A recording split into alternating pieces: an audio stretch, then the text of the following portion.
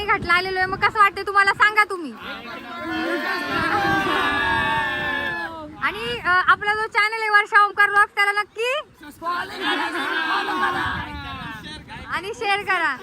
Hello everyone, welcome back to channel Varsha Omkar blogs. आणि आज आपण चाललेलो आहे नाणे घाटला. आणि आत्ता जस्ट आपलं झालेलं आहे भीमाशंकरचं दर्शन, ते तुम्ही मागच्या ब्लॉगमध्ये पाहिलं असेल. आणि त्याच रूटने आपण घोडेगाव मार्गे चाललेलो आहे नाणे घाटला. जर तुम्ही पुण्यावरून येत असाल तर पुण्यापासून नाणे घाटचं जे डिस्टन्स आहे ते आहे 123 किलोमीटर. आणि पुण्यापासून जर जात असाल तर तुम्हाला जायला 3 ते 3.5 तास लागतात. जर तुम्ही मुंबईवरून नाणे घाटला येणार असाल तर जे अंतर आहे ते आहे 163 किलोमीटर, म्हणजे तुम्हाला ऑलमोस्ट 5 तास लागतात. तर आत्ता आपण आहोत घोडेगावमध्ये आणि आत्ता आपण चाललोय नाणे घाटला. तर सकाळी आपण भीमाशंकरचं दर्शन घेतलं, त्याच्यानंतर आपण नाश्ताच केला नाही. तर आपण थांबलोय बघा, आपल्या मागे दिसतं बघा आशीर्वाद हॉटेल, आणि आता आपण इथं नाश्ता करण्यासाठी थांबलोय. तर बघू आता टेस्ट कशी आहे काय माहीत नाही, आज जाऊन समजेल आपल्याला टेस्ट कशी आहे. तर आजचा जो आपला नाणे घाटचा प्रवास आहे, इथून आपल्याला 1 तास तरी लागेल पोहोचायला. थांबत थांबत गेलो तर 1.5 तास पण लागू शकतो. आणि आज तुम्ही वातावरण बघताय किती छान आहे बघा, पाऊस अजिबात नाही आहे, त्याच्यामुळं मस्त आपल्याला व्हिडिओ पण घेता येते. तर चला मग बघूया आतमध्ये नाश्ता कसा आहे. चला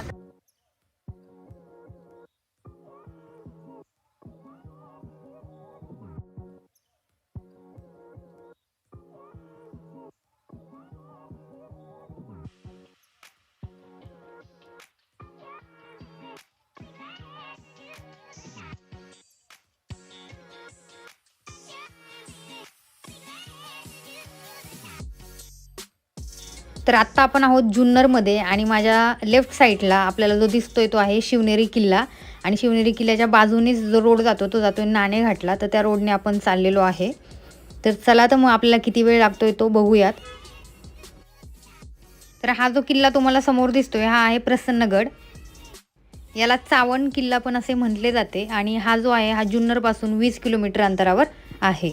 आणि आपल्याला हा ऑन द वे रूटमध्ये दिसतोय. आणि तुम्ही बघताय की पाऊस अजिबातच नाही आहे. तर नाणेघाटच्या वॉटरफॉलला जर पाऊस असला तर असेल, पण या ठिकाणी अजिबात पाऊस नाही आहे. तर तुम्ही हा समोर जो गड बघताय बघा किती सुंदर आणि मस्त असा दिसतोय.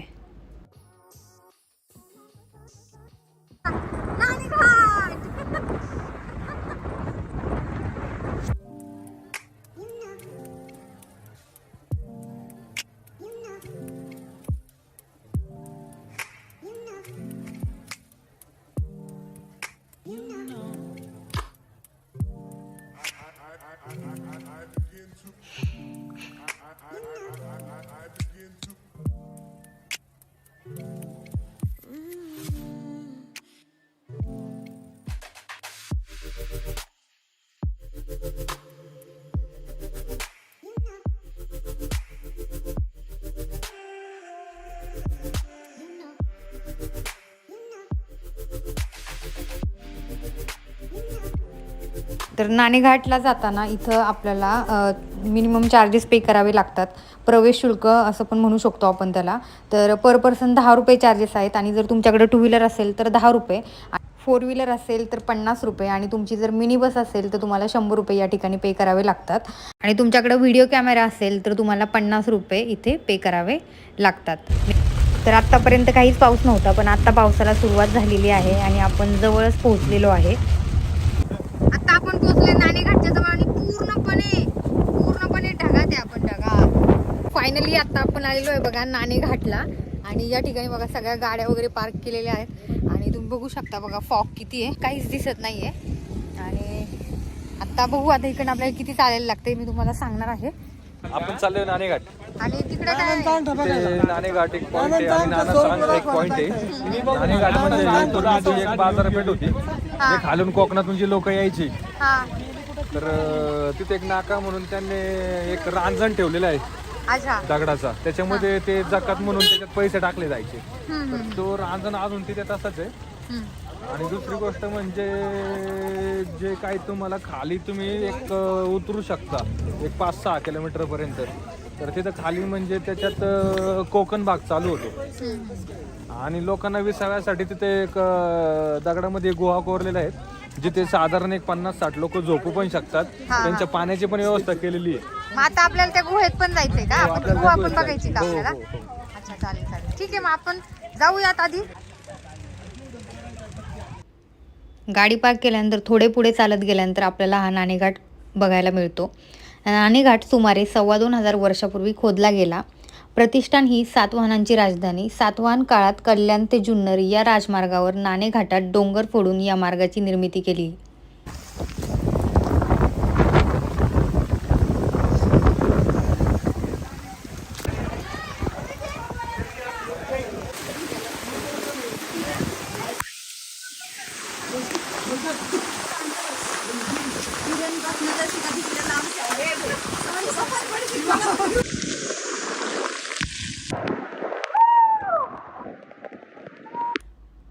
सातवाहन कुल हे महाराष्ट्रातील प्राचीन असे कुल आहे आणि त्यांचे राज्य इसवी सन पूर्व 250 वर्ष तर इसवी सन नंतर 250 वर्ष असे जवळजवळ 500 वर्ष होते. प्राचीन काळी कल्याण बंदरामध्ये परकीय लोक विशेषतः रोमन व्यापारी आपला माल घोडे अथवा बैलावर वाहून नेत असत. हा माल प्रामुख्याने सातवाहन काळातील राजधानी असलेल्या प्रतिष्ठान नगरीत व्यापारासाठी नेला जाई. या व्यापाऱ्यांकडून जकात जमा केला जाई आणि त्या जकातीचा दगडी रांजण आजही आपल्याला येथे पाहावयास मिळतो.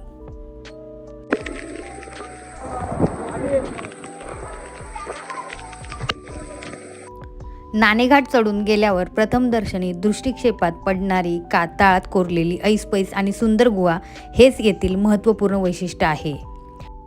या गुहेत साधारणतः 40 ते 45 जण आरामात राहू शकतात. सध्या वापरण्यात येणाऱ्या गुहेत तिन्ही भिंतीवर लेख आहेत. हा लेख एकूण 20 ओळींचा असून मध्य भागातील भिंतीवर 10 तर उजवीकडील भागावर 10 ओळी आहेत. हा लेख ब्राह्मी लिपीतला असून या लेखामध्ये अनेक अंकनिर्दिष्ट संख्या आहेत.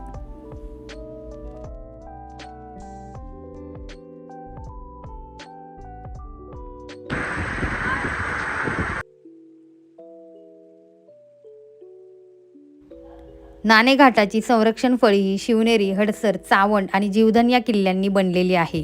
60 मीटर लांब आणि जागोजागी 2 ते 5 मीटर रुंद अशी नाणेघाटाची नळी आहे. या नळीच्या मुखाशी एक दगडी रांजण आहे. अंदाजे 4 फूट व्यासाचा आणि 5 फूट उंचीचा हा रांजण पूर्वी जकातीसाठी वापरला जात असे. जकातकर रूपाने यात तत्कालीन करशापण नावाची नाणी टाकली जात असे.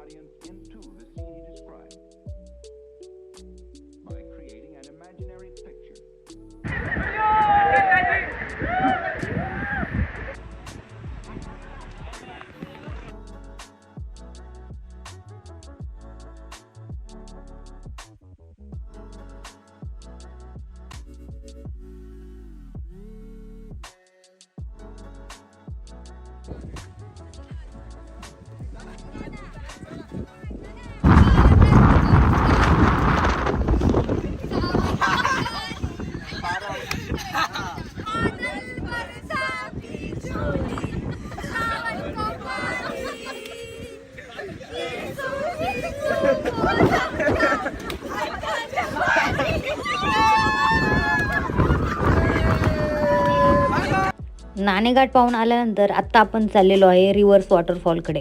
अंदाजे 1.5 ते 2 किलोमीटर तुम्हाला इथून चालत जावे लागते.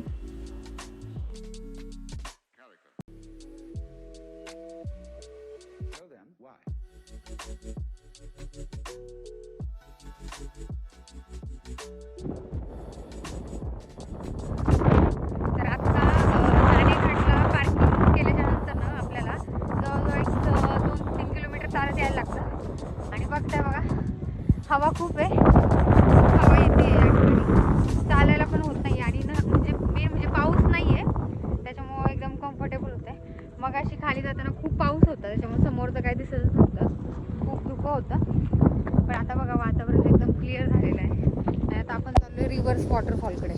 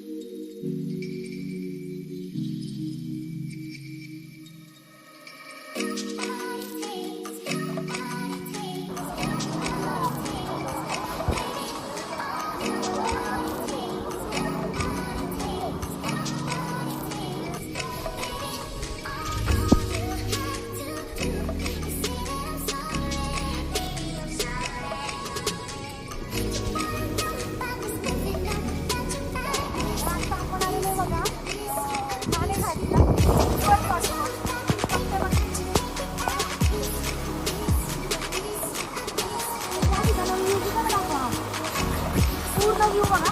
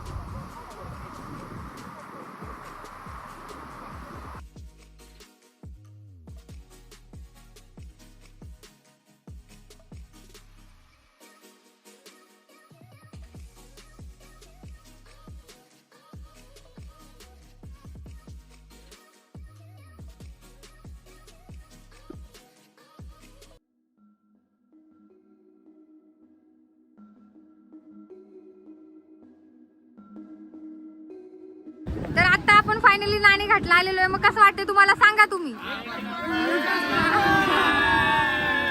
आणि आपला जो चॅनल आहे वर्षा ओमकार ब्लॉग त्याला नक्की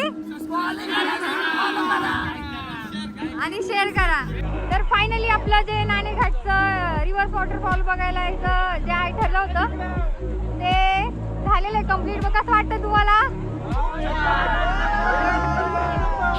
आणि अजून काय बोलणार. आणि हा वॉटरफॉल बघून दुसऱ्यांना काय सांगणार.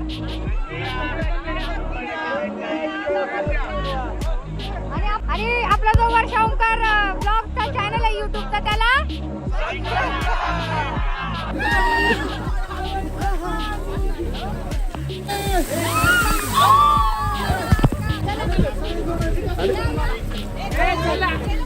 अशा प्रकारे आजचा हा नाणेघाटचा ब्लॉग आपण इथेच थांबूयात. आणि जर तुम्हाला आपल्या चॅनलची व्हिडिओ आवडत असतील तर आपल्या चॅनलला नक्की सबस्क्राईब करा, लाईक करा, शेअर करा आणि कमेंट करून सांगा की तुम्हाला आजचा हा व्हिडिओ कसा वाटला.